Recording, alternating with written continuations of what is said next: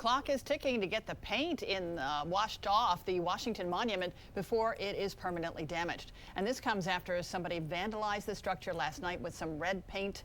Our Joy Wang is live there this morning.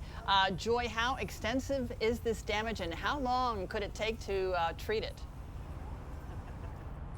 Yeah, well, we just learned that it's actually a latex-based, water-based type paint, so it should be easier to remove. Crews showed up just after 6 o'clock this morning. They're already making a good amount of progress, but it's going to take multiple treatments, and it's going to take a few weeks. We're talking 2 to 3 weeks to really get that paint out. Looking behind me, you can see all the progress crews have already made. Again, they showed up just after 6 o'clock this morning, trying out different chemicals, testing certain areas to figure out the best way to do this, and it's kind of been a rinse and repeat process, literally, because they're trying those chemicals, rinsing them off, and trying them all over again. Now, this is not the first time that they've had to clean off marble, and that's part of the problem. Marble is very porous, so they need to get to it quickly before it absorbs a lot of the paint. We've had to blur the graffiti because there are 2 vulgar words, and it appears to address some sort of grievance with the government. Park Police said an adult male was taken into custody around 7:30 last night. Police haven't released any information about his age or if he's from the area, and they're still looking into why this happened. We're also waiting to find out what charges he's facing, hoping to get an update later on this morning.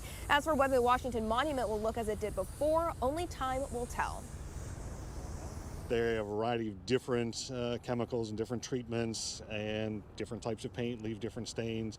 Different colors require different treatments. So right now they're doing spot tests, determining what works best, and ultimately determining what will be the overall course for removal.